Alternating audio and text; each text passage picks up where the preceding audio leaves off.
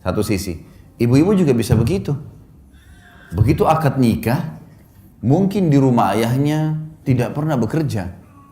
Tiba-tiba menikah, laki-laki yang tidak dikenal, cuciin bajunya, siapin sarapannya, layani biologisnya, segala macam. Hamil anaknya dia, spermanya dia. Kalau bukan karena ibadah, orang akan berpikir, siapa laki-laki ini? Gitu. Makanya sering terjadi pertengkaran-pertengkaran dalam rumah tangga kadang-kadang dengan hal-hal yang kecil saja, karena memang dari awal bukan niatnya ibadah. Kalau ibadah pasti akan berbeda. Karena kita tahu suka dukanya akan ada, makin berat sesuatu yang kita jalankan, maka kembali kepada hadis Nabi SAW. Nabi bersabda dalam hadis Bukhari Muslim, Inna idhamal ajri ma'idhamal bala. Allah akan memberikan balasan yang besar sesuai dengan kadar beban yang sedang diberikan. Emang begitu?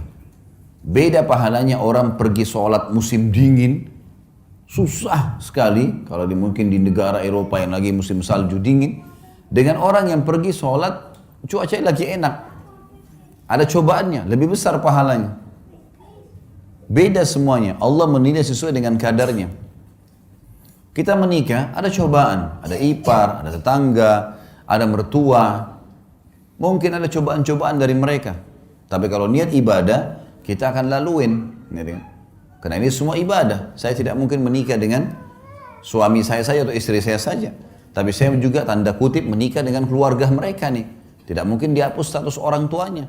Makanya banyak orang kalau tidak niat ibadah, mertuanya kalau datang, mungkin karena mertuanya cerewet misalnya, maka dia menganggap, tidak usah datang deh. Bahkan tidak mau ikut sama suaminya atau sama istrinya kalau mengunjungin mertua. Bagaimana caranya kita hapus status mertua itu, status orang tua dari pasangan kita? Nggak mungkin. Bagaimana caranya kita hapus status saudaranya yang merupakan ipar kita? Selamanya itu status nggak bisa dihapus. Tidak ada mantan orang tua, tidak ada mantan saudara, gitu kan?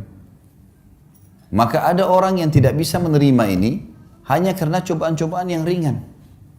Permasalahannya karena dia tidak jadikan ibadah. Mertua cerewet, ya sudah, konsekuensinya. Cobaan sedang ada, sederhana dalam Islam, sabar. Terima sabar. Layani apa yang kita mampu, niatkan ibadah. Jadi mudah semua kalau ibadah itu. Yang kita dicerewetin segala, ya sudah, kita tenang aja. Ada yang kita perlu jawab, kalau enggak usah. Sabar itu adalah menerima takdir Allah. Kita bangun pagi, flu. Sabar, gimana caranya? Terima dulu flu itu sebagai takdir Allah, lalu kemudian ikhtiar, cari jalan keluar. Nah itu sabar. Berarti kita bukan berarti tidak sabar kalau kita malah ikhtiar. Kita menerima keadaan, kita nasihatin, coba kita layanin, bersabar. Allah maha melihat kok. Niatin ibadah ini penting sekali. Kalau sudah diniatin ibadah, semua akan mudah kita laluin. Semua akan mudah kita jalani. Kalau namanya ibadah, Bapak Ibu sekalian, pasti akan ada gangguan-gangguan. Karena syaitan musuh kita tidak mau ibadah itu berjalan. Pasti akan digoda. Ingat sabda Nabi SAW dalam hadis sahih, iblis, pemimpin syaitan, memiliki singgasana di lautan. Memiliki singgasana di lautan. Setiap hari anak cucunya melapor, saya baru membuat orang bertengkar, saya baru membuat orang berzina, saya baru membuat orang minum khamr dan seterusnya. Sama iblis dianggap biasa, sampai datang anak cucunya yang mengatakan saya baru menceraikan suami istri. Kalimat ini membuat apa? Iblis mengambil cucunya tadi yang melapor menceraikan suami istri, didudukkan di sebelah singgasananya, diberhentiin tugas. Artinya ini prestasi tertinggi. Sampai ulama mengatakan, kalau di luar rumah kita digoda dengan 10 syaitan, maka dalam rumah bisa 1000 syaitan. Bisa saja, mungkin karena istri terlambat buatin minuman, sudah cukup si suami marah, meninggalkan rumah dan tidak ngomong 2 hari.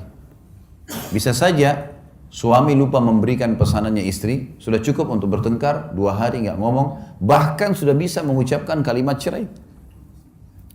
Godaan syaitan besar, karena ini ibadah. Kita kalau mau bangun sholat malam digoda sama syaitan, kau masih ngantuk, kau masih begini, kau masih begitu, gitu kan. Ya kita harus bisa melawan itu.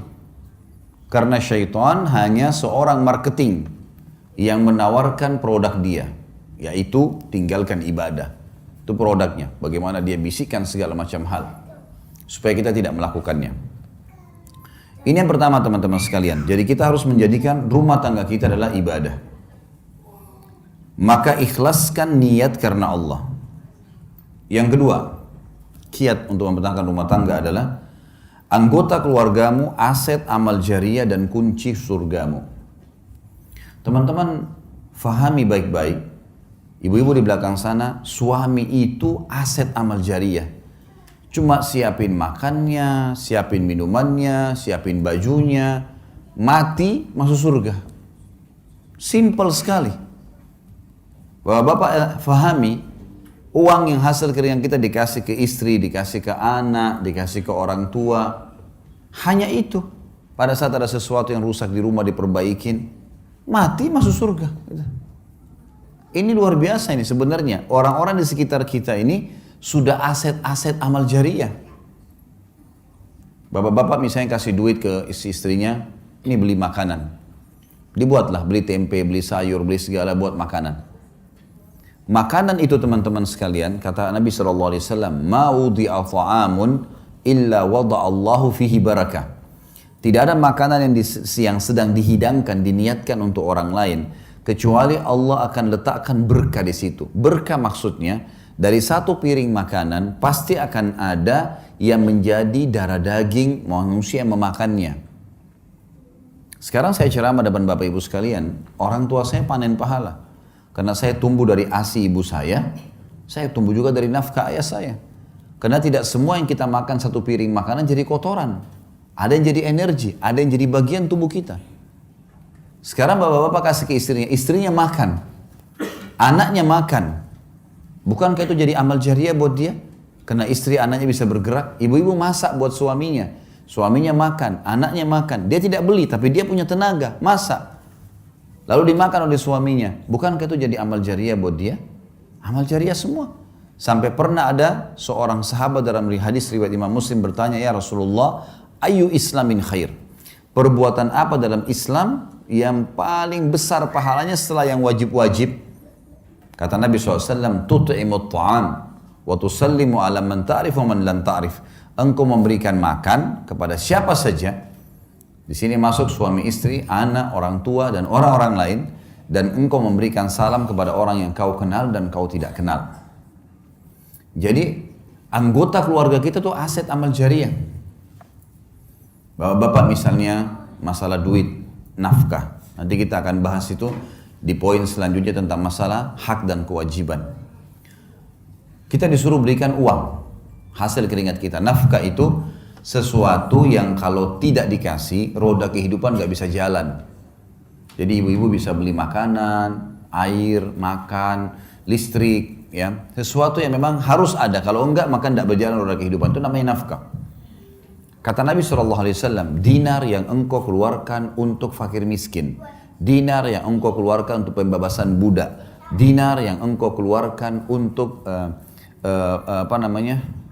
jihad di jalan Allah, dan dinar yang engkau keluarkan untuk istri anakmu jauh lebih besar pahalanya, mengalahkan pahala yang lain-lainnya di dalam rumah itu.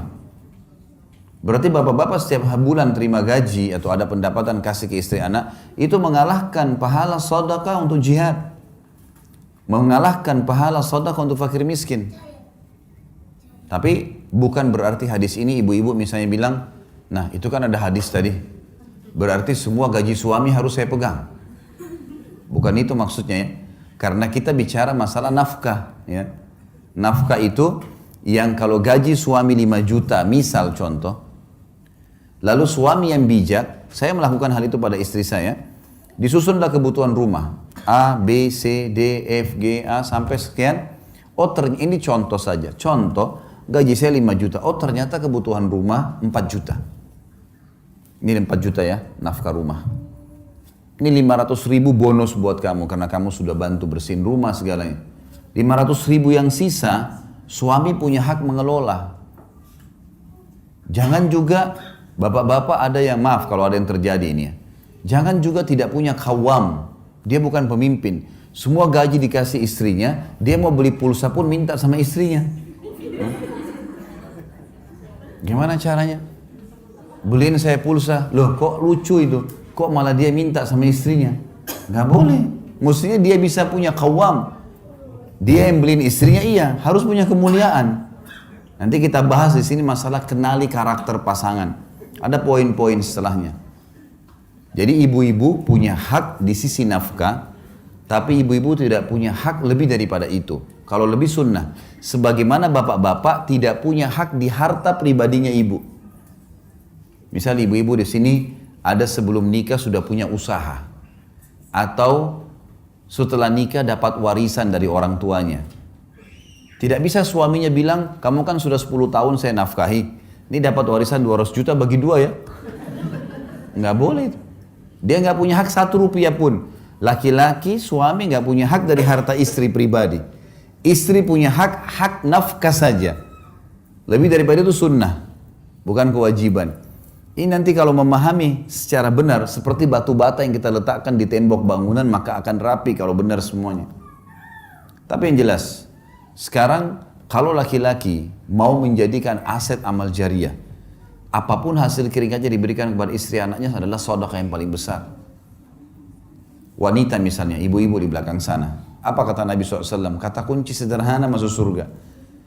Wanita, istri manapun yang menjaga 5 waktu sholatnya, kemudian berpuasa Ramadannya. Ini nggak disebutin sholat sunnah ya, sholat wajib saja dulu. Kalau sholat sunnah ibu-ibu kerjain itu sudah plus. Sholat 5 waktu, azan langsung sholat, subuh sampai isya. Kemudian yang kedua tiba Ramadan, puasa Ramadan, belum dimasukkan puasa sunnah. Dan dia mentaati dan melayani suaminya pada hal yang ma'ruf. Ma'ruf ini maksudnya bukan melanggar agama. Kecuali pada saat dia meninggal, dia boleh masuk, dia boleh pilih 8 pintu surga yang mana dia mau masuk. Hanya 3 hal saja. Sederhana sekali kita bisa menjadikan rumah tangga kita sebagai aset amal jariah. Orang-orang ini nih, suami istri, orang tua, mati ya.